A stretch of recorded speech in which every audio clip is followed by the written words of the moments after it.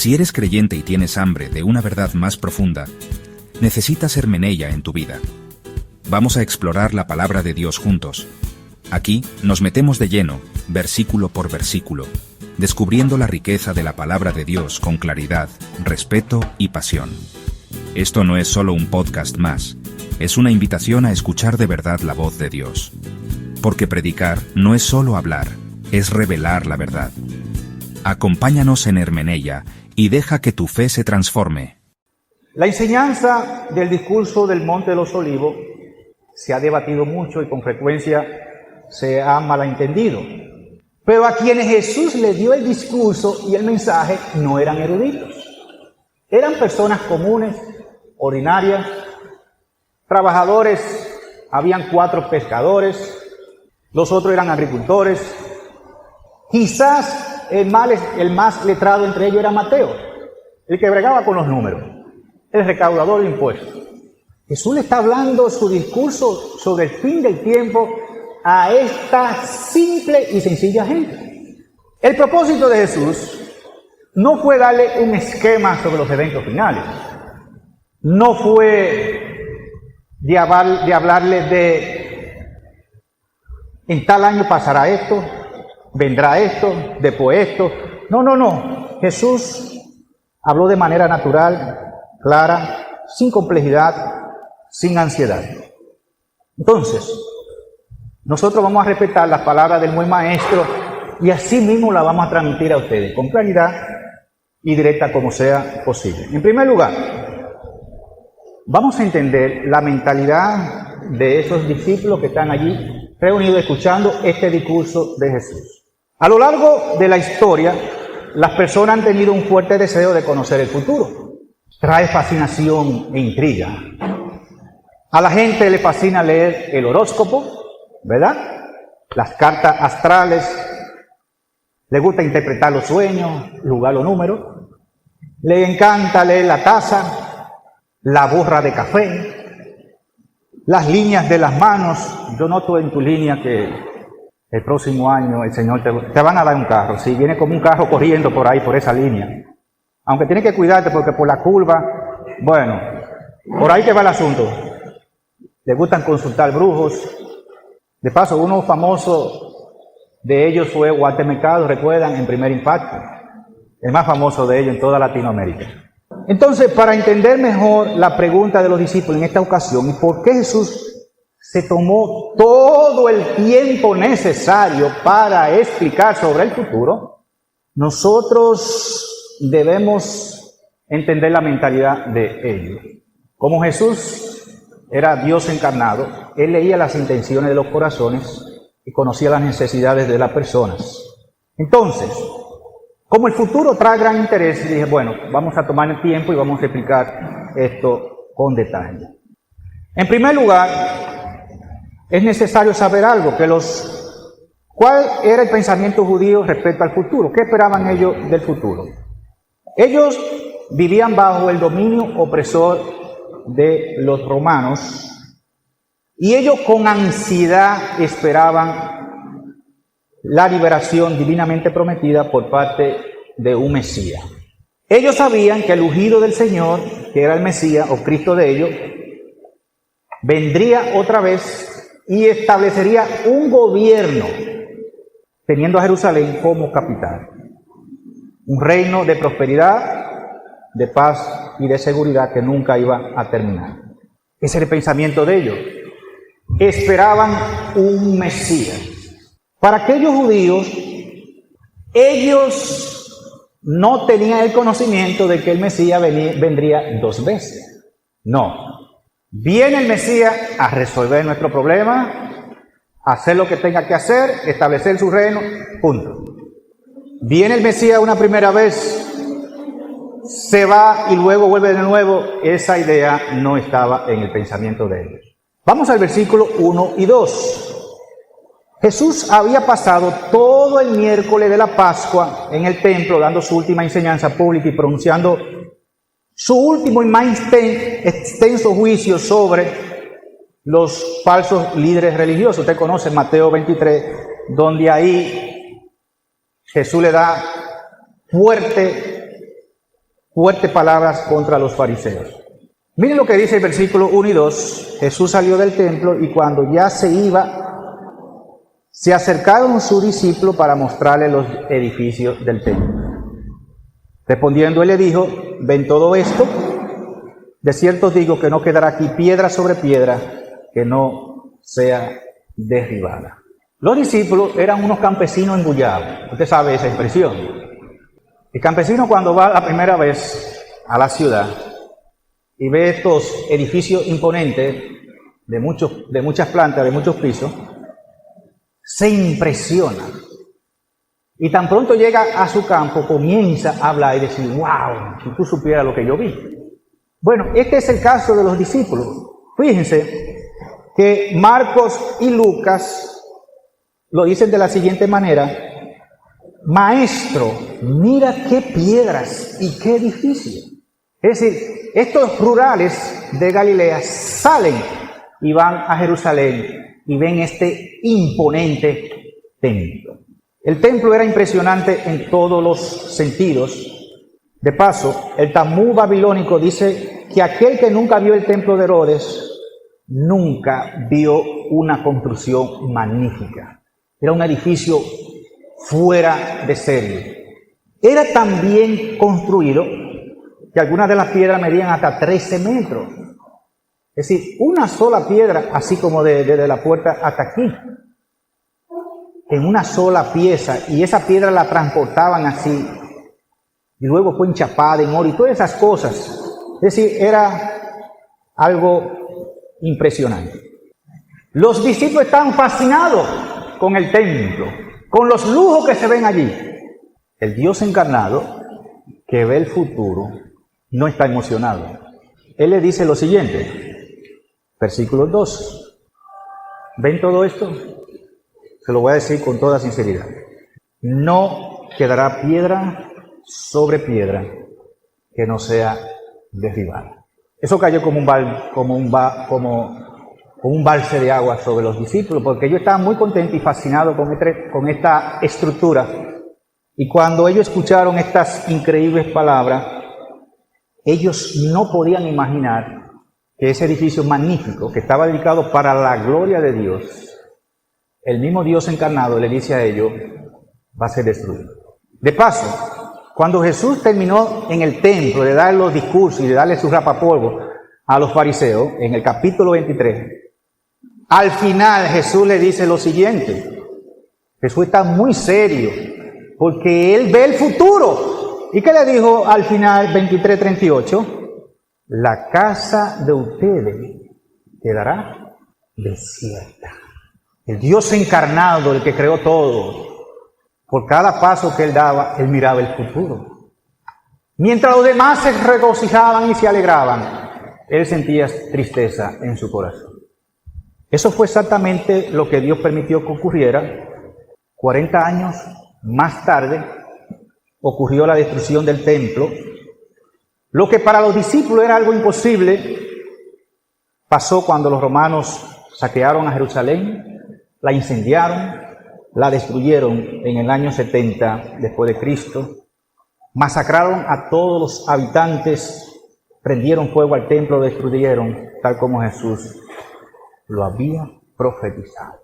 Después de Jesús pronunciar esta palabra, su casa va a quedar desierta.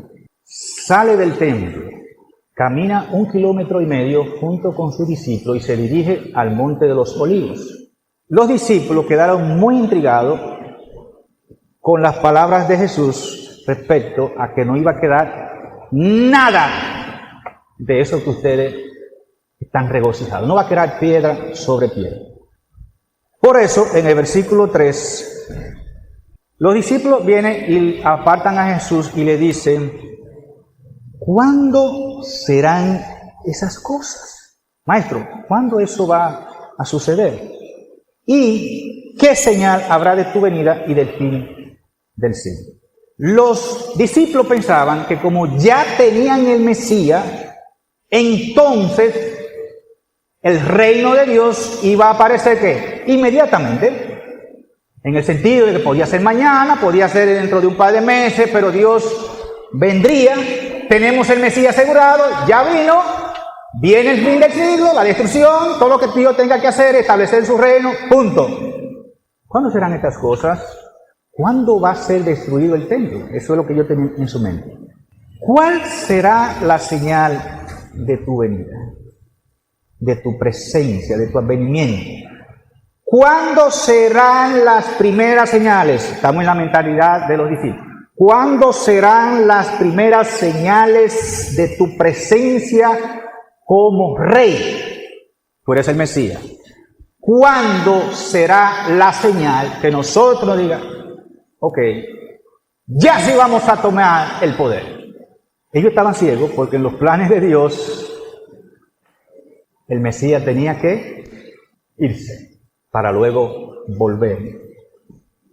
En la mente de los discípulos no había un segundo regreso, porque ellos esperaban un Mesías que llegara, resolviera su problema, se entronizara como rey, punto, ya.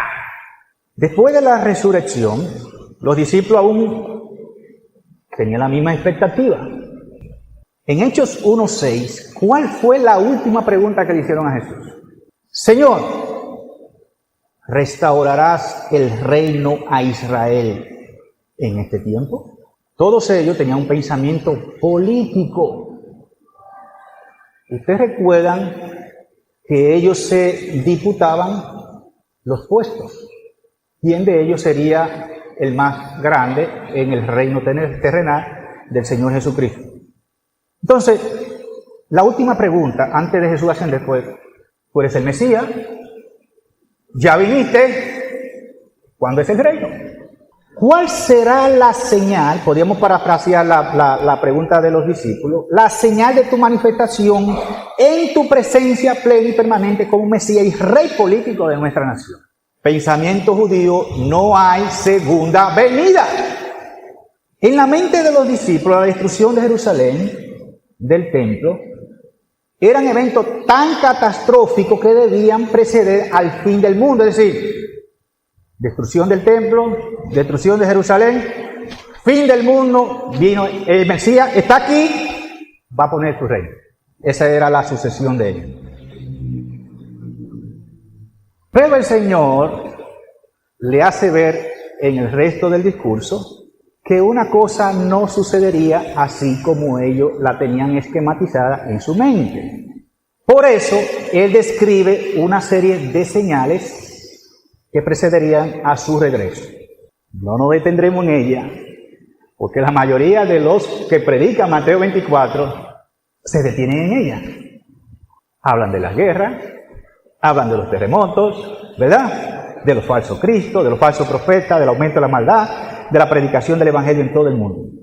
De eso es que trata Mateo 24, del 3 al 38. Pero el Señor no está enseñando que estas eran las señales de su venida. Mire lo que dice el versículo 6. Oirán de guerras, rumores de guerra. De paso, en este mes se desató una guerra entre los israelitas y Palestina. En febrero del año anterior se desató la guerra Ucrania-Rusia. Eso es algo que ya no nos sorprende a nosotros, ¿verdad? No nos sorprende a nosotros. Oirán de guerra, rumores de guerra. ¿Qué dice Jesús? No se turben, no se alteren, no se alarmen, no se vuelvan locos. Porque es necesario que todo esto acontezca, pero aún no es el fin. Jerusalén sería destruida como realmente ocurrió en el año 70, pero estas señales y todas las demás que aparecen, versículo 8, ¿qué dice? Habrá peste, versículo 7, hambre, terremoto en diferentes lugares. Versículo 8, pero todo esto es solo principio ¿de qué? De dolores. Aún es el fin. Eso es principio de dolores. ¿Cuándo ocurren los dolores de parto en una mujer? ¿Cuándo? cuando va a dar a luz, pasa un proceso de 9 meses y acercándose ahí las semanas, 2 semanas, la última semana, comienzan los dolores. Y se van intensificando. Yo pasé por eso, ¿ok? Recuerdo que con Ava nos agarró en plena pandemia, como a las 11, a las 12 de la noche, el dolor ahí. Ava ya quería salir. Plena pandemia, toque de queda, nadie podía salir. Hicimos así para la clínica. A la 1 salió Ava. Pero mi esposa sentía que dolores. ¿Eran señales de qué? De que iba a ocurrir el parto. Entonces, estas señales, Jesús está diciendo, miren, eso va a ser frecuente. A medida que vaya pasando el tiempo, ¿qué va a pasar? Se va a intensificar más. Los terremotos serán más frecuentes, el hambre, las pestes, las guerras, más frecuente. Entonces, la intención de Jesús era preparar a su discípulo para la tardanza, para la demora. La destrucción de Jerusalén no era más que el inicio de una serie de calamidades que habría de sufrir el pueblo de Israel, la tierra de Palestina, a lo largo de la historia. Y dice Jesús, el versículo 14, será predicado este evangelio del reino en todo el mundo para testimonio a todas las naciones, y entonces vendrá el fin. Usted tiene que asustarse con estas palabras, porque no ha habido una época en ninguna parte de la historia donde el evangelio se haya difundido más en esta. ¿Usted lo sabe? Redes sociales, transmisiones satelitales, el internet, cable, por todos lados. Y Jesús dijo, ojo con esa señal. Si el evangelio se está difundiendo y está penetrando los lugares inimaginables, y los dolores de parto, las guerras se están intensificando, los terremotos. Usted sabe que en este mes hubieron dos terremotos bien fuertes, Marruecos y Afganistán, que llevaron miles de personas. ¿Usted sabía eso? ¿Usted ve noticias? Gracias a Dios porque nos ha guardado, ¿verdad? Ojo, dijo Jesús. Ok, se está intensificando esto, todas estas señales, terremotos, huracanes con más intensidad, todas esas cosas. El evangelio está penetrando. Estamos casi a dar a luz. Casi. Así que el Nuevo Testamento se enseña claramente que había de transcurrir un periodo de tiempo entre la ascensión de Cristo y su regreso. Por eso Jesús le baja los ánimos a los discípulos, porque los discípulos están muy efervescentes, tienen una mentalidad errada totalmente del plan de Dios. La mente de los discípulos, muy bien, pero eso son señales muy fuertes. Destrucción de nuestro templo, lo más sagrado. No, pero eso está fuera de lo normal. Ese es el colmo de las señales. Destrucción del templo. Jerusalén también. Pero no. La ciudad de Dios. No, pero ya. Ok, ya pues el fin, ya. Después de eso es el fin. Ok, tú eres el Mesías. ¿Cuándo es el asunto? ¿Cuál va a ser la señal de tu imponente, de tu corona, de tus cosas? Yo no sé cómo nosotros nos vamos a dar cuenta. ¡Ey! Ya está el rey. Ahora sí. Cálmense, mis hijos. Cálmense. Esto apenas es principio de dolor. ¿Ok? Cálmense. Después de que esto se acabe, destruya, vendrán guerras, terremotos. Esto va a ser un ciclo, meses tras meses, año tras año. Ok, el evangelio va, llegará la tecnología, el evangelio va a ser así. Va a arropar. Cuidadito, que estamos ahí al punto del parto. Estamos al punto. Mire lo que dice la advertencia de Pablo a la iglesia de Tesalonicense respecto a en su segunda carta respecto a la venida de nuestro Señor. Segunda Tesalonicense 2, 1 al 3. Pero con respecto a la venida de nuestro Señor Jesucristo y a nuestra reunión con Él, les rogamos, hermanos, que no sean sacudidos fácilmente en su modo de pensar, ni se alarmen ni por espíritu, ni por palabra, ni por carta, como si fuera de nosotros, en el sentido de que el día del Señor ha llegado. Dejen tranquilo.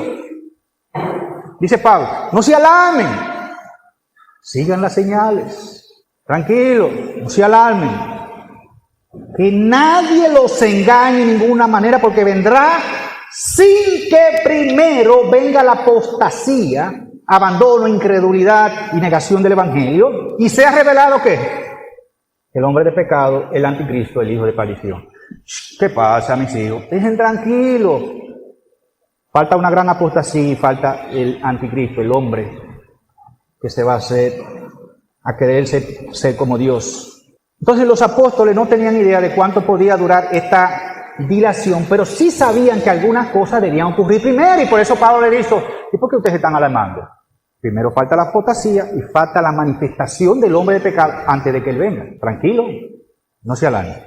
Por eso Jesús, los versículos 42 al 51, ¿qué le dijo a sus discípulos? ¿Qué le dijo 42 al 51? Por tanto, velen. ¿Qué significa eso? Vigilen. Estén atentos. Despierten los sentidos. Vean las noticias. Disciernan los tiempos. Cómo se van incrementando la maldad, las guerras, el hambre. Disciernan. Velen. No se duerman. Porque no saben en qué día viene su Señor. Versículo 22. ¿Qué dice? Y aquellos días, si aquellos días no fueran acordados, nadie sería salvo, pero por causa de los escogidos, aquellos días serán acordados. Se incrementará el dolor, las enfermedades, las pestes. Vendrá más. El COVID fue una cosita. Vendrá más pestes. Se incrementarán las guerras, los terremotos, el hambre, los falsos profetas. De paso, ya están como el arroz y la habichuela en YouTube. Usted no tiene que dar mucha vuelta para encontrar un falso maestro y un falso profeta. Pero dice que dice el Señor, los días serán ¿qué? Acortados. Usted celebra un cumpleaños este año y cuando termina el cumpleaños se dice, wow, pero este cumpleaños ya fue largo. Para el próximo lo voy a hacer en 1 hora. Me voy a planificar. Voy a comprar la pizza, voy a comprar los helados. Lo voy a tener ahí en 1 hora. Tomamos la foto, jalto a los muchachos, apago el audio. Nos vemos. Gracias por venir a festejar con nosotros. En el plan de Dios es ese. En el plan de Dios los días ¿qué? Serán ¿qué? Acortados. Se va a intensificar la maldad. Eso está profetizado aquí. ¿Qué va a decir el Señor? Los días serán acortados. No. Por la salvación de ellos, yo no voy a permitir que esto, a darle largue a este asunto, estos eventos. No, yo no voy a permitir 3, 4 años, una guerra que traiga penuria en el mundo y todos los demás. No. Acortar eventos, acortarlo. ¿Por amor a qué? A mis escogidos. No es cuestión de 7 años como algunos quieren programar. No. Será acortado. Los eventos serán acortados. Entonces, este es un claro indicativo de que la iglesia tendría que esperar por un tiempo indefinido la segunda de nuestro Señor. Nosotros no sabemos cuándo ocurrirá la venida del Señor. Versículo 36, ¿qué dice? El día y la hora, nadie lo sabe. Pero hay 2 cosas que nosotros podemos decir con toda certeza. En primer lugar, el evento va a ocurrir sin ninguna duda. Si Jesús vino por primera vez, ¿por qué no puede venir por segunda vez? De paso, en la alta crítica, no se discute si Jesús vino o no. Eso no se discute, eso se da como un hecho. Entre los intelectuales, aquellos que cuestionan la palabra de Dios, ya no se discute si Jesús vino o no vino. Es un hecho comprobado, histórico, que Jesucristo vino. El Jesús histórico no se discute. Si Él vino por primera vez, prepárese que Él viene por segunda vez. Segundo lugar, nos estamos acercando cada vez más a la venida de nuestro Señor por el incremento de los dolores de parto. Nos llevamos un gran susto con el COVID-19. Muchos hermanos creyeron que el mundo se iba a terminar. ¿Usted sabía? Ansioso, no dormían, temeroso. Vamos al 29 al 31. Jesús le dice a sus discípulos, agárrense de la piedra donde están sentados, y Jesús comienza a describir con términos claros, concisos y directos lo que será el suceso más trascendental de todos los tiempos, su regreso a la tierra. Yo se lo voy a decir ahora, dice Jesús a los discípulos. Versículo 29, Jesús acaba de darle todas las señales que iban a pasar, se iban a repetir con el paso del tiempo una y otra vez, pero que se iban intensificando, incrementando, hasta llegar a un punto de casi. Y Jesús dice, inmediatamente después de la tribulación de aquellos días. Jesús declara de manera rotunda que la señal principal de su regreso ocurrirá inmediatamente después de la tribulación de aquellos días.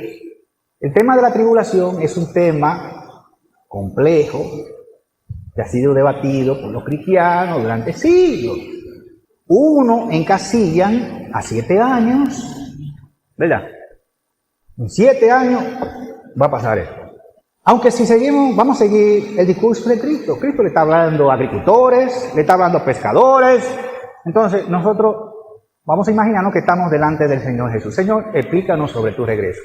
Ok, pues vamos a escuchar a nuestro Señor Jesucristo aquí. Entonces, en primer lugar, usted tiene la Biblia, usted tiene la revelación completa. Los discípulos ahí no tenían el Apocalipsis. No, pero Jesús dice inmediatamente. Entonces, como dijo el pastor Nadal, de paso, ya yo lo tenía el versículo ahí hace unos días, 2 de Pedro 3:8. El tiempo de Dios es diferente que al nuestro. Oh, amados, no ignoren que con el Señor un día es como 1000 años y 1000 años es como un día. Jesús no está, el Señor no está en la misma secuencia en la que estamos nosotros, cronometrados en minutos, en segundos, en días. No. El Señor no se maneja así. Nosotros tenemos 365 días, para Dios no existe eso. Existe otra cosa. El tiempo de Dios es diferente al nuestro.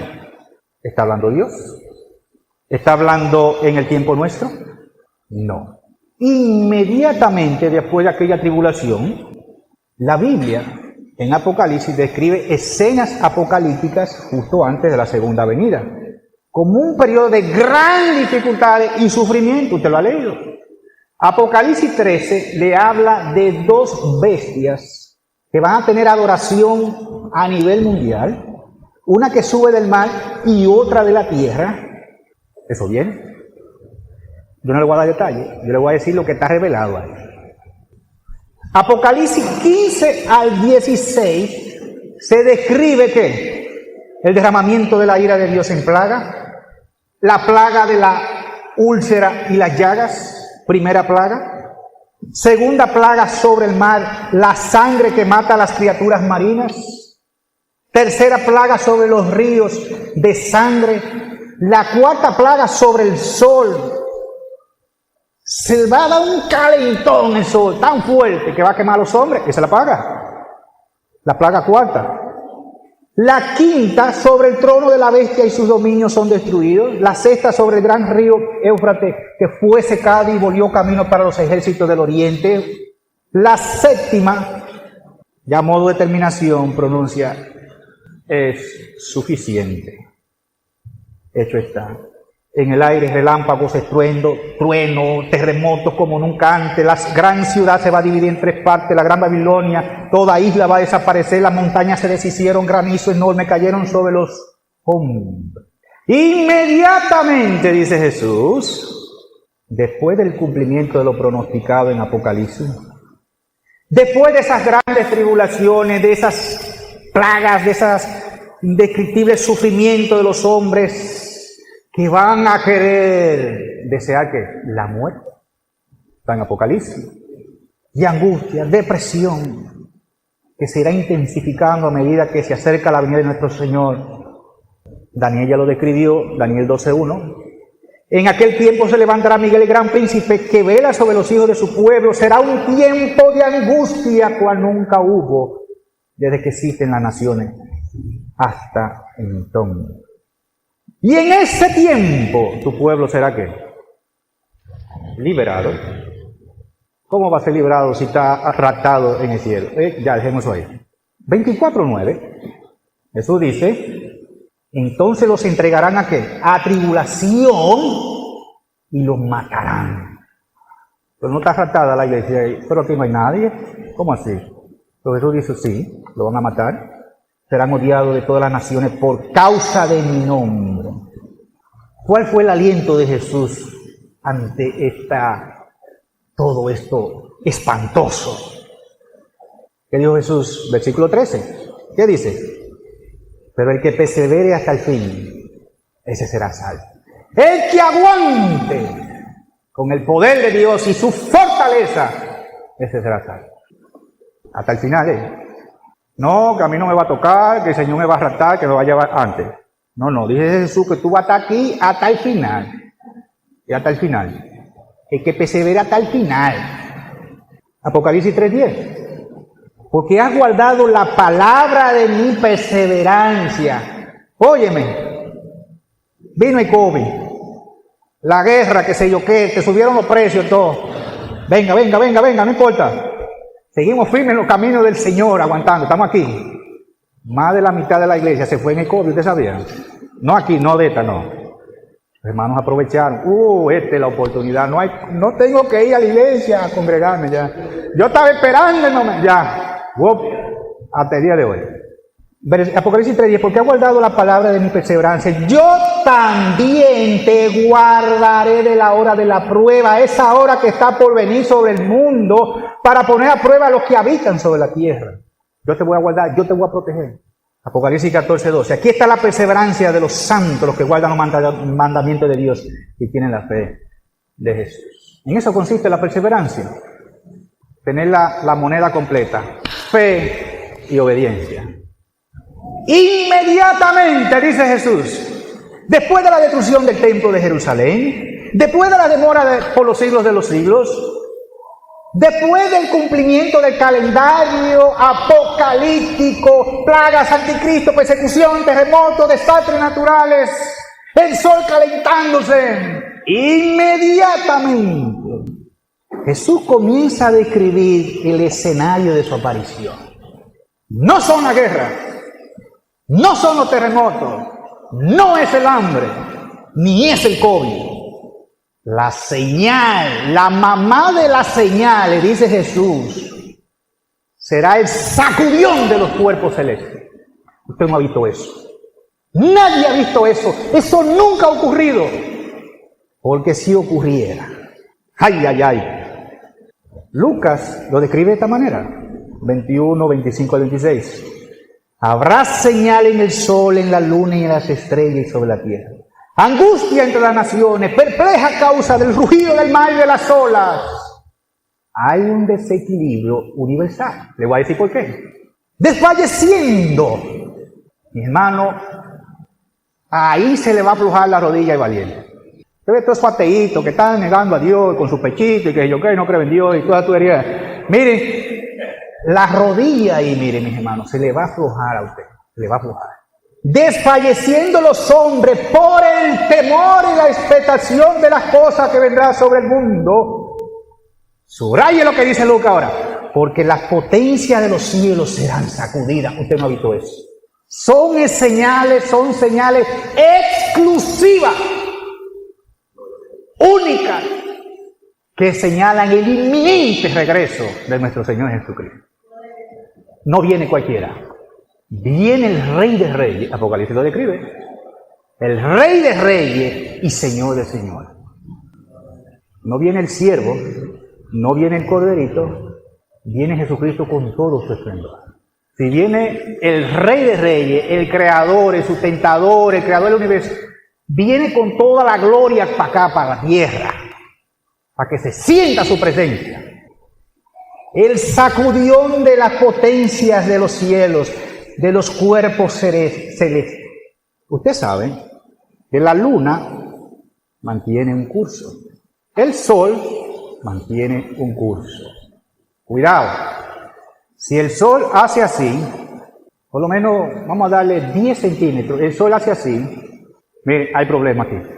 Pero si el sol hace así, se acerca más, hay un tamaño problemón.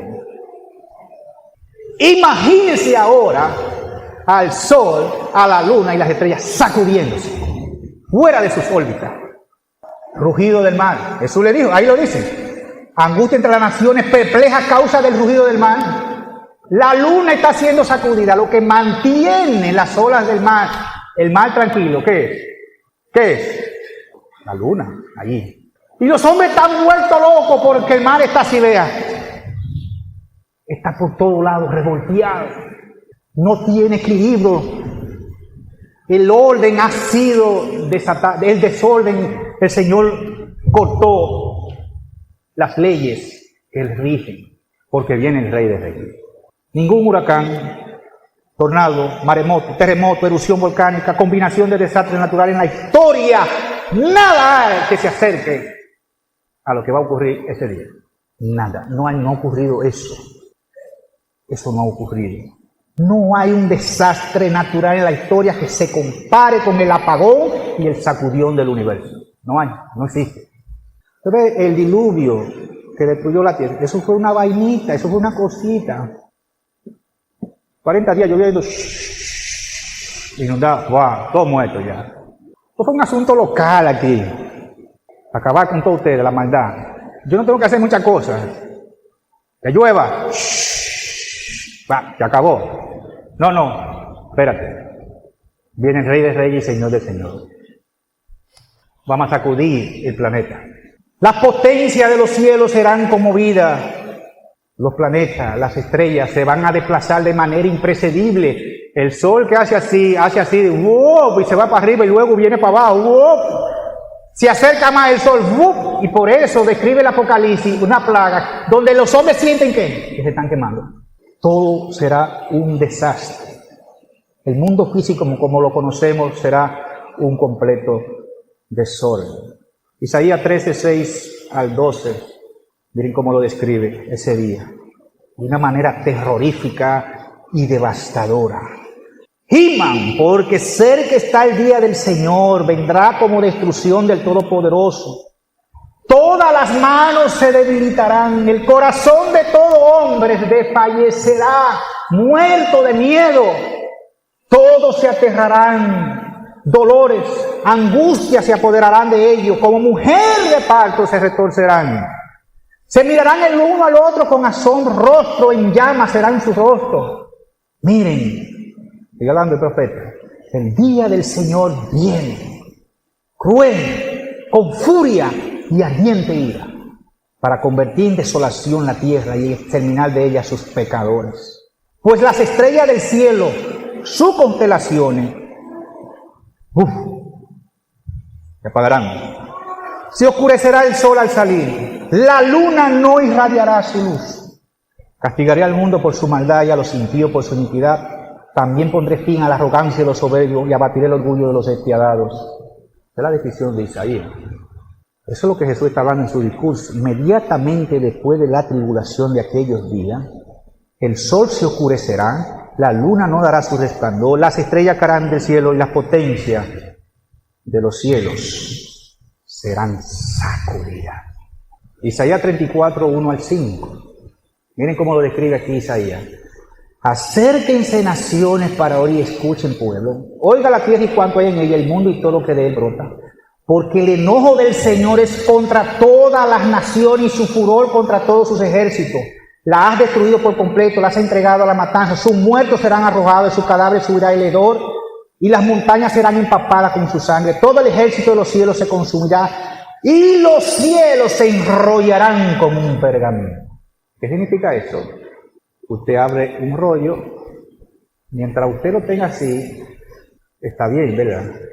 Cuando usted suelte el rollo, ¿qué va a hacer el rollo solo? Se enrolla. Todo, y los cielos se enrollarán como un pergamino, también todos sus ejércitos se marchitarán, las estrellas, ¡buf!, se apagarán. Como se marchita la hoja de la vid, como se marchita la de la higuera, porque mi espada está embriagada en el cielo. El profeta Joel lo describió también. Joel 2, 10 al 11.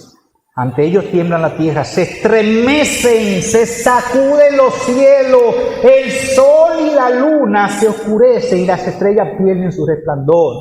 El Señor da su voz delante de su ejército, porque es inmenso su campamento, porque poderoso es el que ejecuta su palabra. Grande y terrible es en verdad el día del Señor. ¿Sabe cómo termina el profeta diciendo? ¿Quién podrá soportarlo? Pero Jesús le dice al profeta Joel, tranquilo, yo te voy a dar la respuesta. El que persevere hasta el fin, ese será salvo. Versículo 30 al 31 de Joel 2. Sigue describiendo este profeta. Haré prodigios en el cielo y en la tierra, sangre, fuego y columna de humo. El sol se convertirá en tiniebla y la luna en sangre, antes que venga el día del Señor, grande y terrible. Apocalipsis 6, 12 al 13. Vi cuando el Cordero abrió el sexto sello y hubo un gran terremoto. El sol se puso negro como silicio hecho de seda. Toda la luna se volvió como sangre. Las estrellas del cielo cayeron a la tierra como la higuera deja caer sus hijos verdes al ser sacudida por un fuerte viento. Versículo 30 del 24, Mateo 24. Entonces aparecerá la señal del Hijo del Hombre en el cielo. Las señales no son la guerra, no son los terremotos, no es el COVID, no es peste, nada de eso. Las señales son apagón y sacudión de los cuerpos celestes. Él ya había mencionado una cantidad de señales menores, pero la señal de señales, la señal suprema y definitiva será el Hijo del Hombre mismo que aparecerá en el cielo. Está apagado el sol, las estrellas están apagadas, la luna también, y aparece Cristo. En medio de la oscuridad, me gusta este texto de Zacarías 14, 6 y 7, porque se parece a lo que nosotros pasamos, con el que se va la luz y viene la luz. ¿Ustedes recuerdan? En los años 95, 90, cuando venía la luz en el barrio, ¿qué pasaba? Zacarías lo describe así mismo. Mírenlo, léelo. Zacarías 14, 6 al 7. Sucederá que en aquel día no habrá luz. ¿Cómo es el asunto? Ya lo escribimos. Jesús lo dijo. Inmediatamente después de la tribulación de aquellos días, el sol se oscurecerá, la luna también, y las estrellas del cielo caerán. No hay luz. Zacarías ya lo predijo. En aquel día no habrá luz. Las luminarias se oscurecerán. Estoy leyendo Zacarías 14, 6 y 7. Será un día único. Usted no ha visto eso. Eso no está registrado en la historia de la humanidad. No hay nada igual a ese evento magno de la segunda venida de nuestro Señor Jesucristo. Día único. No habrá luz. Será un día único, conocido solo del Señor. ¿Por qué dice conocido solo del Señor? Porque es el único que lo sabe. Nosotros no. Nosotros no hemos tenido experiencia con eso. Solo Él lo conoce. Conocido por el Señor. Ni día ni noche. ¿Cómo termina el profeta? Aquí viene lo más grandioso. Y sucederá que a la hora de la tarde habrá luz. ¿Y habrá luz por qué? Nuestro Señor, el soberano Dios, muchachos, hubo un problema con el sol. Vayan, 1000 ángeles pueden resolver. Vayan a ver qué fue lo que pasó con la energía del sol. y haga un mantenimiento para que vuelva la luz a la tierra. Con la luna también, y esas estrellas, cambie los bombillos para que prenda de nuevo todo y el universo bien. Nada de eso. Al final de este insoportable periodo de tiniebla y angustia vendrá la luz, no porque el sol, la luna y las estrellas vuelvan a iluminar, sino por el brillo de la propia gloria divina de nuestro Señor Jesucristo. Eso es lo que dice Apocalipsis 21-23. Se acabó el sol, se acabó la luna. ¿Qué dice Apocalipsis 21-23? En ese día no habrá ¿qué? Necesidad de sol ni de luna que brillen en la Nueva Jerusalén, porque la gloria de Dios la ilumina. ¿Cómo termina el texto? ¿Cómo termina? Para que usted vea, para que siga el hilo del asunto. ¿Cómo termina el texto? Apocalipsis 21-23. Y el Cordero es su lumbrera. No hace falta el día del apagón. Viene Cristo con todo su esplendor y gloria y va a iluminar el planeta completo en su segundo advenimiento. Apocalipsis 22:5. Se acabó la noche. No tiene necesidad de luz de lámpara ni de luz del sol, porque Dios, el Señor, los que iluminará. Viene la recolección. Versículo 31. Enviará a sus ángeles. Vayan a la tierra. Recojan a mis hijos, mis escogidos, por aquellos que yo morí. Eso es la orden que le da Jesús, el glorioso. Con todo su esplendor enviará a sus ángeles con gran voz de trompeta y juntará a sus escogidos de los cuatro vientos. Oh, pero hay un problema y no están en el cielo. ¿Cómo así? ¿No están raptados? ¿Cómo es? ¿Están allá o están aquí? Ok, sigamos la línea del discurso de nuestro Señor Jesucristo. Sin desviarnos ni por aquí ni por allí. Con voz, con trompeta, juntará a sus escogidos de los cuatro vientos desde un extremo del cielo hacia el otro. El sol está apagado, la luna está apagada, la estrella y el sol y nuestro Señor Jesucristo brillando con toda su gloria. Los escogidos de Dios que perseveraron por fe están allí viendo ese espectáculo. Puestos los ojos en Jesús, el autor y consumador de nuestra fe. Dice Pedro que ellos sin haberlo visto, lo aman. Para todos los escogidos, ese que aparece ahí en las nubes es conocido. Ese fue el que me salvó. Ese fue el que me restauró. Viene el ángel de Dios y te arrebata. Esta descripción apocalíptica y aterradora desde los labios de nuestro Señor Jesucristo, donde Él describe cómo las fuerzas cósmicas se tambalean y se sacuden y el mundo se ve envuelto en oscuridad. Nos deja sin aire, en expectativas. Sin embargo, brilla una esperanza aún más impactante, su segunda venida. Viene a buscar a sus escogidos. ¿Usted es escogido por Dios? Dios lo llamó, Dios lo santificó. Usted se arrepintió de sus pecados. No tenga miedo. Cuando el mundo parezca sumido en el caos y las fuerzas naturales se tambalean, Jesús regresará en gloria y poder para reunir a sus seguidores en todo el mundo. Esta es una afirmación poderosa. ¿Por qué viene Jesús a la tierra? A buscarme. Fíjense eso. Es que tú vas a pensar ese simple detalle.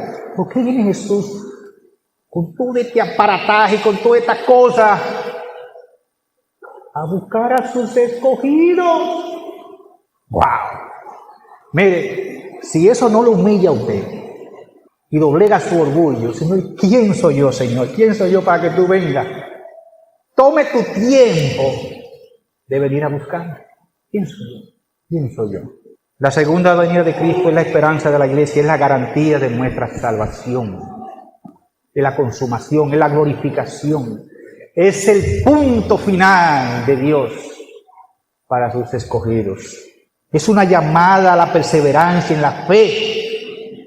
La llegada de Cristo será un evento glorioso, redentor, en un momento en el que todo lo que está fuera del lugar será restaurado. Cielo nuevo, tierra nueva. Las divisiones se desvanecerán, las heridas se sanarán y el mundo encontrará su verdadera paz. Al final la luz de Cristo prevalecerá en un mundo oscuro. Solo la luz de Él. Ni sol, ni luna, ni estrella. Solo Cristo resplandecerá en el nuevo mundo. Esta es una promesa que puede inspirarnos a vivir con propósito y anticipar con alegría y glorioso retorno del Señor. Apocalipsis 22, 20. Después que el Señor le presentó toda esa visión y este hombre quedó trastornado, todas estas visiones, toda esta plaga y toda esta cosa. ¿Qué fue lo que dijo Juan? Ven, Señor Jesús, ven rápido para que esto pase rápido. No pasamos por todas estas cosas, ven rápido. Ven, Señor Jesús. ¿Y qué le dice Jesús? Yo le dije la parte B, ahora subo la parte A. ¿Qué dice? Ciertamente vengo en breve. Oremos. Padre amado, bendecimos y honramos tu nombre. Señor, gracias por tu palabra. Son claras y llanas para nosotros, Señor. Padre, te pedimos que si estamos flojos en la fe, Señor, si estamos débiles, si estamos tibios, Señor, que nos afirme ahora. Porque tú vienes con toda seguridad por segunda vez a recoger a tus escogidos y a recoger a los condenados. Señor, ayúdame a ser del grupo de tus hijos. Mi fe está débil, Señor, pero afírmala. Yo quiero perseverar en la fe. Yo quiero seguir confiando en ti. Venga el COVID-1, el COVID-2 y el COVID-3, lo que sea, vengan la guerra, los terremotos. Venga lo que sea, Señor, mi fe está en ti. Mi confianza está en ti, Señor. Ayúdame, Padre. Ayúdame. Cuando venga la escasez, los problemas, no tambalear, Señor. A estar firme. Seguro en ti, Señor. Gracias, Padre, por tu palabra. En el nombre de Jesús. Amén. Hemos concluido otro encuentro en Hermeneia. Queremos expresar nuestro agradecimiento por su compañía, su tiempo y su interés en profundizar en la palabra. No olvide seguirnos en Spotify para no perderse ningún episodio. Y compartirnos con aquellos a quienes considere que les pueda ser de bendición. Nos encontraremos en el próximo episodio. Que Dios le bendiga.